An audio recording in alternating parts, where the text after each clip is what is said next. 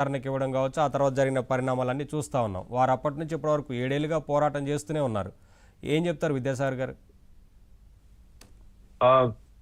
Good afternoon అండి, మీకు అట్లాగే నా సహచరుడికి. మనం మీరు నేను కానీ ఇలాంటి ఏబిఎన్ లో కానీ లేదా మిగతా తెలుగు టీవీ ఛానల్ అంటే నెగిటివ్ షేడ్ లేనటువంటి టీవీ ఛానల్స్ కాకుండా పాజిటివ్ షేడ్ ఉన్నటువంటి టీవీ ఛానల్స్ లో వివేకానంద రెడ్డి గారి మర్డర్ కేసు జరిగినంత డిస్కషన్ నాకు తెలిసి ఈ ఏడు సంవత్సరాల్లో ఏ డిస్కషన్ లేదు. 7 సంవత్సరాల్లో కొన్ని వందల డిబేట్లు చేశాం. అయినప్పటికీ స్టిల్ ఈ రోజు చేస్తున్నాం. అంటే ప్రతిరోజు అది ఒక కేసు ఒక క్యూరియాసిటీని క్రియేట్ చేస్తుంది.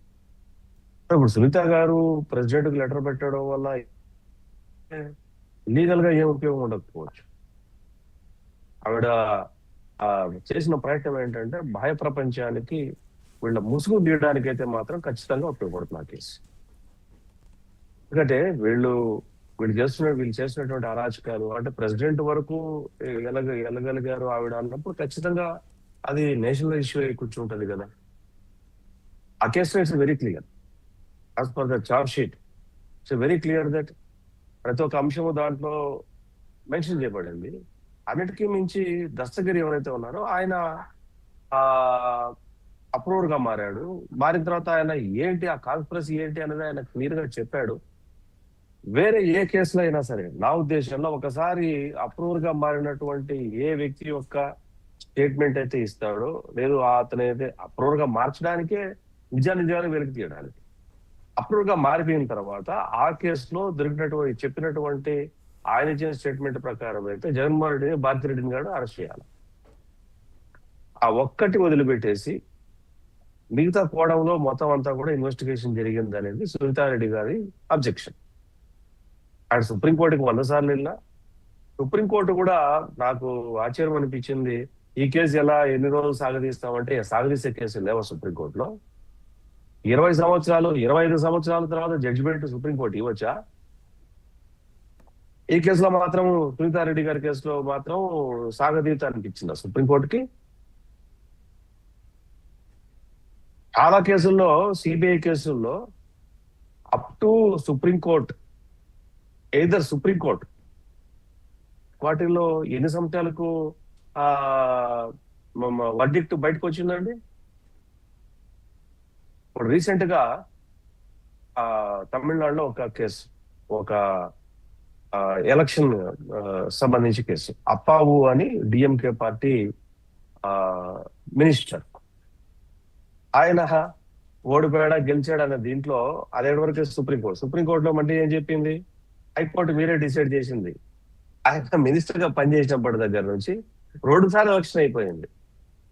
ఇది 3వ సారి హైకోర్టుకు పంపిస్తే హైకోర్టు అడ్వకేట్ ఏమన్నా అంటే ఇది మీనింగ్లెస్, ఇప్పుడు మళ్ళీ తిరిగి మెరిట్స్ మీద మమ్మల్ని డిస్పోజ్ చేయమంటారు అంటే ఏంటి కేసు, ఇది నాకు అర్థం కాలేదు అని ఆయన ఒక జడ్జిమెంట్ ఇచ్చారు. ఆయన మళ్ళీ సుప్రీంకోర్టుకి వెళ్ళారు. ఈ జడ్జిమెంట్ మళ్ళీ అక్కడ అప్పీల్ వచ్చింది. అంటే సుప్రీంకోర్టు చేయొచ్చా మరి? సుప్రీంకోర్టు చేయొచ్చా? అంటే సుప్రీంకోర్టు మాత్రము తన టైమింగ్ తను చేసుకోవచ్చు. కాన్స్టిట్యూషనల్ గా తనకున్న రైట్ ను తనకున్నటువంటి డౌట్స్ ను ఒక కోర్టు ద్వారా తీసుకోవడానికి అవసరమైనటువంటి ప్రక్రియలో ఎందుకండి అని అడిగితే సాగదీత ఎందుకులే అని చెప్పి సుప్రీంకోర్టు ఎట్లా కామెంట్ చేసిందో నాకైతే అర్థం అవ్వాలి. I'm not digesting that word. ఒక కేసులో ఇక్కడ మరి సిబిఐ విషయాన్ని ఏం మాట్లాడతారు? అరే కోర్టు డైరెక్ట్ అయితే సిబిఐని పక్కన పెట్టి సిట్టింగ్ జడ్జితో రిటైర్డ్ సిట్టింగ్ జడ్జితో కూడా ఆర్డర్ చేయొచ్చు సుప్రీంకోర్టు అనుకుంటే. If you are not satisfied with the investigation of with CBI, Supreme Court have right, ఒక retired Supreme Court judge or High Court judge or sitting judge magisterial enquiry. ఏం సుప్రీంకోర్టు సిబిఐ ఒకటే ఉందా ఏమన్నా ఈ దేశంలో? లేదే, రకరకాల ఇన్వెస్టిగేషన్ ఏజెన్సీస్ ఉన్నాయండి. విశాఖపట్నంలో జగన్మోహన్ రెడ్డికి ఆ సీను అనేటువంటి కత్తితో పొడిస్తే అది ఎన్ఐకి లేదా కేసు? అది నేషనల్ ఇన్వెస్టిగేషన్ ఏజెన్సీకి? ఏది ఉగ్రవాదులకు సంబంధించిన కేసులు చేసి ఇన్వెస్టిగేషన్ ఏజెన్సీ ఇచ్చింది.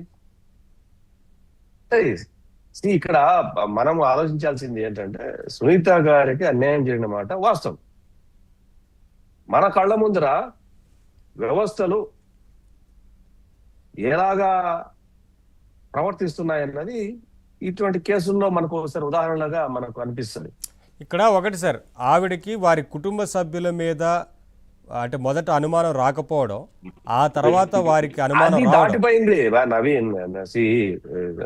ఆ స్థాయి దాటిపోయింది. ఆ డిస్కషన్ మనం ఇప్పుడు కాదు సార్, మాట్లాడేసాం. ఒకటి వారికి అనుమానం లేటుగా రావడం వల్లనే ఆ రోజున ఎన్నికల్లో మీ పార్టీ మీద ఈ నెపాన్ని వేసి లబ్ధి పొందారు కదా వైసీపీ. ఎలక్షన్ డేట్ వచ్చిన తర్వాత జరిగింది. ఆ రోజు ఇట్ ఈజ్ ఇప్పుడు మనం ఆ మాటలు మాట్లాడుకోవడం వల్ల ఉపయోగం లేదు. నేను అన్నట్టు 100% ఉపయోగం లేదు దానివల్ల. అవును. ఇప్పుడే మనకు వచ్చే ఎలక్షన్స్ లేవు. ఎలక్షన్ అయిపోయింది, మళ్ళీ ఇట్లా ఎలక్షన్ అయిపోయింది. ఇప్పుడు మళ్ళీ ఎలక్షన్ రాబోతుంది 2 సంవత్సరాల్లో. సో అది నా దృష్టిలో అది ఇష్యూ కాదు. ఇష్యూ ఏంటి? రాష్ట్రపతికి ఉత్తరం రాసింది. వ్యవస్థలు ఎట్లా కుప్పుకొల్లాయో, లేకపోతే వ్యవస్థలు ఏ రకంగా బిహేవ్ చేస్తున్నాయి అన్నది మాత్రం మన టాపిక్. అదేళ్ళని మనం వెనకలు తీసుకురాలేము కదండి ఇప్పుడు. అవును. So that so is gone. మనం ఆల్రెడీ మాట్లాడుకున్నాం ఆ విషయాలంతా. నేనేమంటానంటే సుప్రీంకోర్టుకు సంబంధించినటువంటి సుప్రీంకోర్టు కనుక ఈ కేసులో ఇనిషియేట్ తీసుకోలేదంటే తీసుకున్నారు. అటు వాట్ ఎక్స్టెంట్ అంటే అది దాని మీద టైం అవుతుంది, అయిపోతుంది, దాని మీద ఎందుకు చేయాలి, దీని మీద ఎందుకు చేయాలి, ఆ లోకల్ సిబిఐ కోర్టుకి ఇచ్చేస్తే అతని డిస్క్రిప్షన్ మీరు అక్కడ చేసుకోండి అని మీ దగ్గరకు వచ్చినప్పుడు మీరు ఒక జస్టిఫికేషన్ ఇచ్చి పంపించాలి కదా. ఇక్కడ సుప్రీంకోర్టు అన్నది సునీత గారి విషయంలో ఫెయిల్యూర్. సుప్రీంకోర్టు, సిబిఐ కాదు. మళ్ళీ చెప్తున్నా, ఇప్పుడు అందరూ సిబిఐ అంటారు. సిబిఐ ఏమన్నా అతీతమా సుప్రీంకోర్టుకి? ఏమన్నా సుప్రీంకోర్టు కంటే బియాండ్ సిబిఐ ఏమన్నా? సిబిఐ గురించి మీరు కోర్టుని ప్రశ్నిస్తున్నారేమో అనిపిస్తుంది. నేను కోర్టే ప్రశ్నిస్తున్నా. అంటే ఒక కేసు 26 ఇప్పుడు కాలం అయిపోతుంది, ఇట్లా మీరు ఎన్నిసార్లు మనం ఆర్డర్ ఇవ్వలేము. మరి ఏ కేసులో ఆర్డర్ ఇవ్వలేదా? నేను చెప్పాను ఇప్పుడు అప్పావు కేసులో, డిఎంకే ఎమ్మెల్యే మంత్రిగా పనిచేసిన కేసులో హైకోర్టు, సుప్రీంకోర్టు, హైకోర్టు, ఇప్పుడు మళ్ళా సుప్రీంకోర్టు. ఇది 14వ సంవత్సరం. ఒక మంత్రి లీగల్ గా ఎలక్ట్ అయ్యాడు అని ఆయన కాదు అని అన్నా డిఎంకే ఆయన. ఆ ఫైట్ లో 14 సంవత్సరాలు పడుతుందా? ఆ కేసులో 14 సంవత్సరాల వరకు మాత్రమే స్టేలు ఇచ్చుకోవచ్చు, ఇంకోటి చేసుకోవచ్చు. ఇక్కడే వ్యవస్థను ఎందుకు క్వశ్చన్ చేస్తున్నారంటే ఇటువంటి అంశాలు వచ్చినప్పుడే. మనం వ్యవస్థలో సుప్రీంకోర్టు అనేది one of the top parliament supreme court. CBI is nothing అంటే నేను చెప్తున్నా. CBI is nothing. అటువంటి సిబిఐని అవసరమైతే సిబిఐనే పక్క జరుగు నువ్వు అని చెప్పేసి తను ఇష్టం వచ్చేట్లు చేసే అధికారము, ఆ అన్లిమిటెడ్ పవర్స్, డిస్క్రిప్షన్ పవర్స్ ఉన్నటువంటి వ్యవస్థ. మనం సిబిఐ గురించి ఫోకస్ పెడుతున్నాం. సిబిఐ గురించి మద్రాస్ హైకోర్టు వ్యాఖ్యానించింది కదా ఆల్రెడీ, పంజరంలో చిలక. ఇప్పుడు కాదు 1970 నుంచి వస్తుంది అది. నాట్ నౌ 50-60 నుంచి ఉన్నాడు. నేనేమంటానంటే మనమంతా కూడా సిబిఐ సరిగా చేయలేదు, సిబిఐ అది కంట్రోల్ చేసే వ్యవస్థ కరెక్ట్ గా లేనప్పుడు సిబిఐ ఇంకా మరెట్లా చేస్తుంది వ్యవస్థ? ఇక్కడ సాక్ష్యాలు కాదు సార్, కోర్టు కూడా ఏమడుగుతుంది మరి? సాక్ష్యాలు వీటన్నిటి విషయంలో పారదర్శకంగా ఇంకా లోతైన విచారణ చేయమనే కోరింది. కోర్టు కూడా అదే చెప్పింది, సిబిఐకి డైరెక్షన్ ఇచ్చింది ఇంతకుముందు. కానీ సిబిఐ చేయట్లేదు అనేది కదా సునీత గారి ఆవేదన కూడా. కాదు సునీత గారు లేవనెత్తిన అంశాల మీద మిమ్మల్ని మీరు ఇన్వెస్టిగేషన్ చేయండి అంటే that is just after all investigation agency, one of the investigations in the country. That is not ultimate.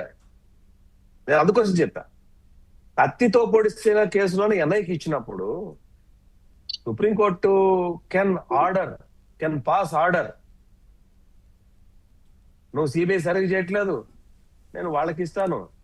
మీరు ఇప్పుడు హైకోర్టులో జరిగే, సుప్రీంకోర్టులో జరిగే ప్రాక్టీస్ ఎట్లుంటుంది తెలుసా అండి? వాళ్ళు ఒక్కొక్క క్వశ్చన్ రైజ్ చేస్తే బిత్రపోతారు ఇన్వెస్టిగేషన్ ఏజెన్సీస్. బిత్రపోతారు. ఈవెన్ క్లయింట్ తరపున అడ్వకేట్స్ కూడా హైకోర్టులో చాలా వ్యాలిడ్ పాయింట్స్, జడ్జిలు చాలా వ్యాలిడ్ పాయింట్స్ రేస్ చేస్తూ ఉంటారు. చాలా నెగిటివ్ గా పోర్ట్రే చేస్తారు, పాజిటివ్ గా పోర్ట్రే చేస్తారు. ఏదో రకంగా ఇష్యూని బయటకు తీసుకురావాలనే ప్రయత్నం చేస్తారు జడ్జిలు. దానికి రకరకాల టాక్టిక్స్ ఉంటాయి, లీగల్ ప్రాక్టీస్. సుబ్బారావు గారు జాయిన్ అయ్యారు, ఒకసారి మాట్లాడదాం సార్. అయితే నేనేమంటానంటే సుప్రీంకోర్టు అనుకొని గనక ఉండింటే 100% సిబిఐ కాదు, వేరే ఏ ఆర్గనైజేషన్ కైనా ఇచ్చి దాన్ని చేసి ఉండొచ్చు. కానీ ఇక్కడ సుప్రీంకోర్టు ఒక్క కామెంట్ తో నా ఉద్దేశంలో సిబిఐ లూజ్ వదిలేసింది అనుకుంటా. ఎందుకంటే ఎన్ని రోజులు సాగదీస్తారు ఈ కేసును, ఇక్కడ ముగించండి. Supreme Court cannot comment like that. మీరు మాత్రం 20 ఏళ్ళు 30 ఏళ్ళు మాత్రం కేసులు